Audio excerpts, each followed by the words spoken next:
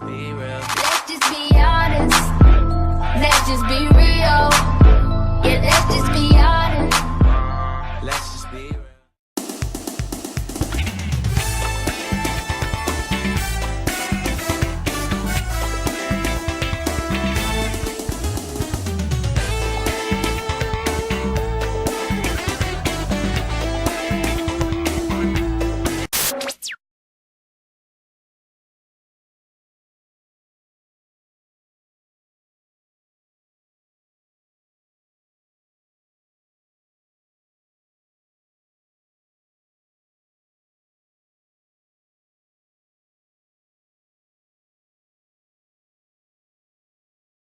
Salut tout le monde, c'est Vince. Alors aujourd'hui, on va s'intéresser à un nouveau numéro consacré à des super-héros, mais pas des super-héros comme on a l'habitude de citer, que ce soit Marvel ou DC, qui sont quasiment les deux grands poids lourds de la BD américaine. Non, je vais parler d'autres super-héros qui est très peu connus, inconnus, voire quasiment, mais inconnus du grand public. Il y en a certains qui sont connus et d'autres méconnus et d'autres totalement inconnus. Donc c'est parti pour notre rubrique spéciale, les autres super-héros. Ça ne pouvait pas mieux tomber. Quand on parle de super-héros, on pense bien évidemment aux éditions Marvel et DC Comics, qui sont pour moi les deux grands poids lourds de la BD américaine. C'est franchement les deux seuls comics, les deux émissions de bande dessinée qui ont quasiment révolutionné le monde. Franchement, il n'y a pas à dire, ils ont quasiment géré. D'ailleurs, ils sont tellement populaires qu'ils n'ont quasiment aucun rivaux ni aucun concurrent, et en plus ils arrivent parfois que Marvel défie DC et que DC défie Marvel. En plus, ça tombe bien, j'adore Marvel. C'est vraiment pour moi le seul univers que j'ai le plus kiffé au monde. Mais est-ce que vous avez déjà entendu parler de certains super-héros totalement méconnus? Alors bien sûr, je peux vous citer quelques-uns, notamment le fameux Hellboy des éditions Dark Horse Comics et Éditions, qui reste pour moi le héros à part. C'est une sorte de diablotin avec totalement un musclé qui travaille pour une agence qui traque des créatures venant des enfers. Pour moi, qui a eu droit aussi à une adaptation ciné. Sinon, je peux bien sûr vous parler de certains d'autres, comme dans The Mask, qui a eu aussi droit à une adaptation ciné avec Jim Carrey, qui reste pour moi le meilleur film comique. Ou bien sûr Dark Horse, qui veut dire Cheval Noir, enfin édition du Cheval Noir, a aussi produit Sin City, Next Men, alors c'est une sorte de super-héros un peu la X-Men, Grendel, Martha Washington, El Zombo Fantasma, Spy Boy, Torch Liberty, Radio Girl, X, Fry, Lacey, Escapist. Sinon, ils ont aussi produit d'autres comme par exemple Monkey Man et Anne O'Brien, Magnus, Luna Moth, Ghost ou encore The Goon et She. Voilà, c'était pour ceux qui ne connaissent pas du tout ces personnages-là, ils viennent tout droit de l'édition Dark Horse Comics, qui est pour moi un petit peu un rivaux de DC et de Marvel.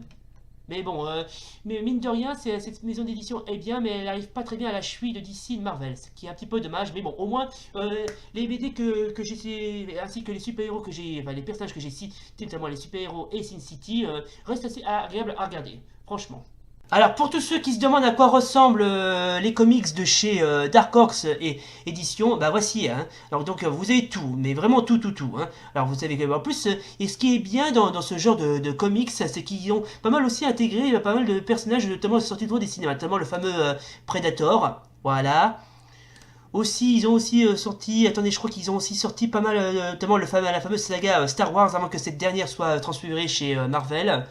Alors vous savez que quand on parle de maison d'édition, je peux vous citer plein. Il y a la plupart de certaines qui sont très peu connues, notamment. Hein.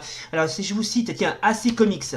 Alors franchement, c'est une maison d'édition qui regroupe notamment des justicières, notamment la fameuse Femme Force, qui regroupe des super-héroïnes à la manière de Wonder Woman. Assez sympa à regarder, mais un petit peu côté adulte. Ou sinon, je peux vous citer bien sûr d'autres trucs, notamment les fameux National Guardians, ouais, qui est pas mal non plus, franchement. Ces comics, ça va, c'est assez agréable à regarder. Ou sinon, je peux bien sûr vous parler d'autres maisons d'édition, notamment Valiant Comics. Attendez que je cherche, voilà, Valiant Comics. Ça aussi, c'est pas mal, franchement, c'est jazzé, c'est dynamique, franchement. Bref, il y a de tout ici, franchement. Ouais, ça va, c'est sympa. Bon, c'est pas très connu en France, mais c'est assez connu je crois, aux USA. Mais très sincèrement, ça aussi, c'est pas mal. C'est jazzé, c'est dynamique. Un petit peu éloigné de Marvel et DC, mais ça aussi, franchement, c'est pas mal. Franchement, c'est pas trop mal à regarder. Oui, d'accord, je vois.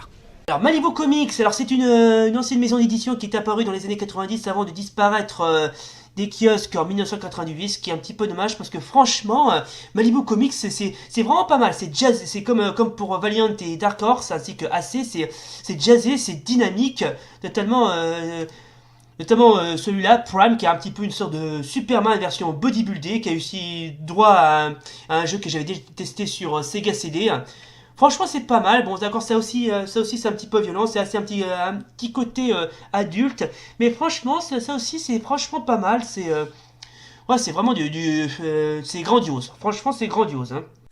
Ça fait beaucoup quand même. Alors, Rage Comics, pour ceux qui ne connaissent absolument pas, c'est une maison d'édition indienne qui est apparue en 1986, qui regroupe des super-héros hindous.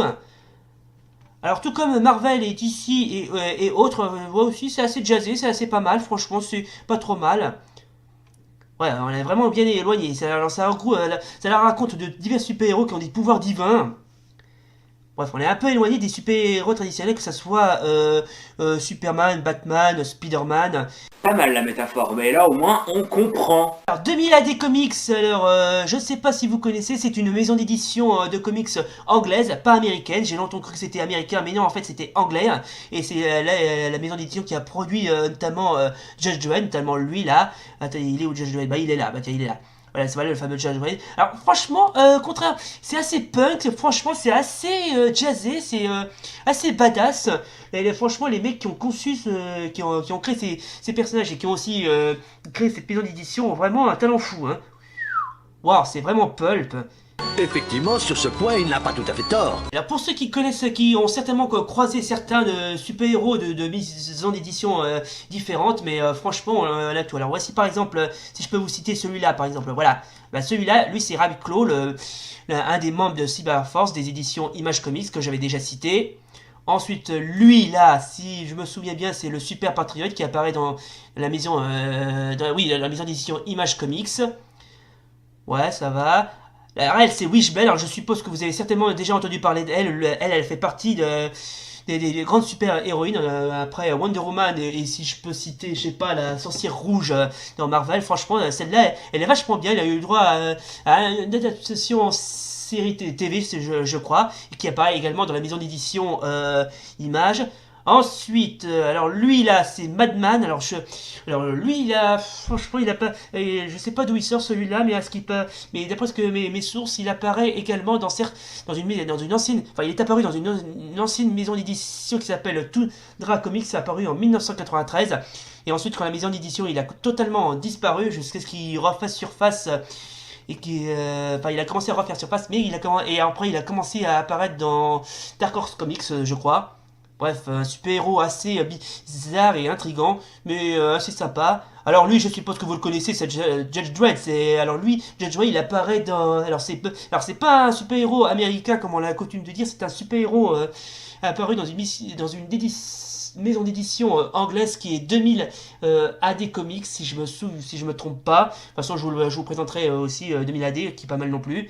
Alors lui c'est Savage Dragon. Alors lui franchement lui aussi il est pas mal. Franchement il a eu droit aussi à une adaptation en série animée. Et lui ici il fait partie des super-héros de chez Image Comics qui ont produit Spawn ainsi que d'autres. Et enfin le dernier, celui-là. Alors là franchement c'est mon préféré. C'est Pete. Alors lui c'est une sorte de Hulk mais version Pitbull si je puis dire. Lui aussi il fait partie des célèbres super-héros de chez Image Comics.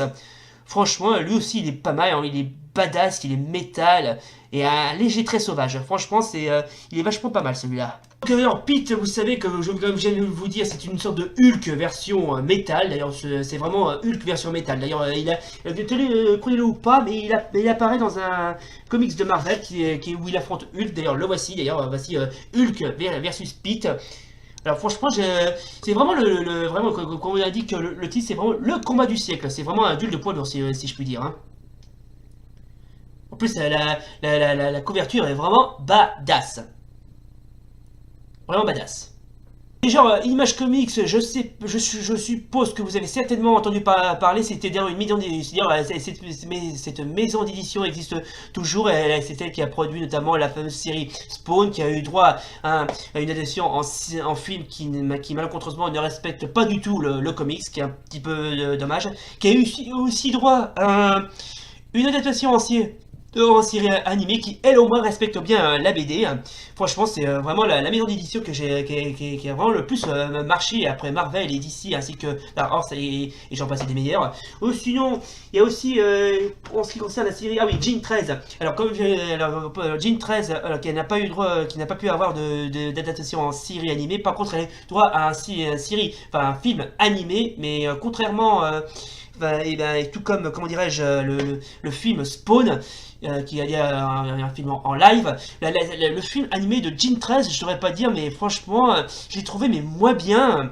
Et en plus, il respecte pas du tout le comics. Enfin, j'en parlerai dans mes j'en parlerai dans ma prochaine rubrique, le Cinéma Club, si j'ai du temps, bien sûr. Mais bon, la série Jean 13 est pas mal non plus, qui apparaît également dans un comics Marvel où il rencontre l'équipe des Génération X et des jeunes X-Men, quoi. Mais ça c'était il y a tellement longtemps. Franchement, c'est pas mal, franchement. Alors, si je vous cite une autre... une autre équipe de super-héros totalement badass. Alors, on a eu droit à Ultra Force. Et est-ce que vous connaissez la série Youngblood? Et ben Youngblood, c'est une sorte de, c'est un peu comme, c'est un groupe de super-héros qui appartient bien sûr à l'univers de Image Comics, qui, je vous rappelle, a fait Spawn, Savage Dragon, ainsi que Supreme, qui est une sorte de Superman. Et ben Youngblood, c'est en quelque sorte les The Avengers version métal. D'ailleurs, qu'ils ont eu droit à une adaptation en plusieurs comics qui a été aussi dessinée par Rob Liefeld et qui apparaît également dans d'autres Marvel crossover où ils rencontrent l'équipe de X-Force. Voilà, qui est pas mal non plus. Et sinon, si je vous cite alors, pour ceux qui connaissent pas, Badrock, c'est un membre de l'équipe et il fait équipe avec Spider-Man, tandis que Cap fait équipe avec Prophet. Voilà, on a quasiment deux super-héros Marvel et deux super-héros de chez Image Comics, qui appartient aussi à Awesome Edition, qui est aussi une filière de Image Comics. Franchement, la série est vraiment jazzée, badass, dynamique, c'est vraiment bien foutu. En plus, les dessins sont vachement bien foutus. Et en plus, alors croyez-le ou pas, ils ont eu droit aussi à une adaptation en série animée, mais la série n'a jamais vu le jour. Il y a eu juste droit à une bande-annonce. Donc voici donc extrait la bande-annonce. Seen for the first time anywhere are the original character sketches for Youngblood.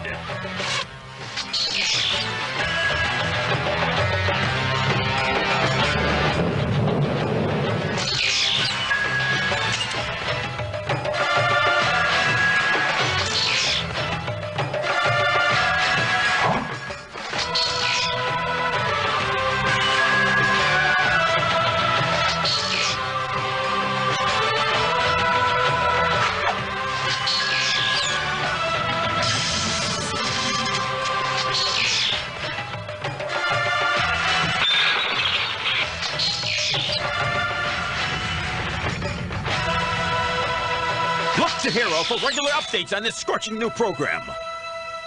What? C'était donc la fameuse bande-annonce de la série Youngblood qui aurait pu avoir une adaptation d'une série animée, mais qui n'a pas pu, comment dirais-je, avoir une série animée. Je sais pas pourquoi d'ailleurs, parce que franchement c'était une série. Je sais pas pourquoi les producteurs n'ont pas voulu lancer cette série. Enfin, je sais pas pourquoi ils avaient prévu de la lancer, qu'en fait ils n'ont pas voulu la lancer. Je sais pas pourquoi, mais bon, c'est pas grave. Youngblood, franchement, c'est vraiment sympa à regarder. C'est dynamique, franchement, c'est stylé. Bref, et en plus les dessins sont vachement bien torchés, bien foutus. Ouais. Voilà, donc c'est la fin donc, de notre rubrique spéciale les autres super-héros. Si ça vous a plu, n'oubliez pas le pouce bleu et l'abonnement. Et d'ici là, bonne journée. Et quant à moi, je vais feuilleter lire cette BD qui s'appelle Batman et les Tortues Ninja, qui est vachement pas mal non plus. Pas mal non plus, je dirais. À la prochaine.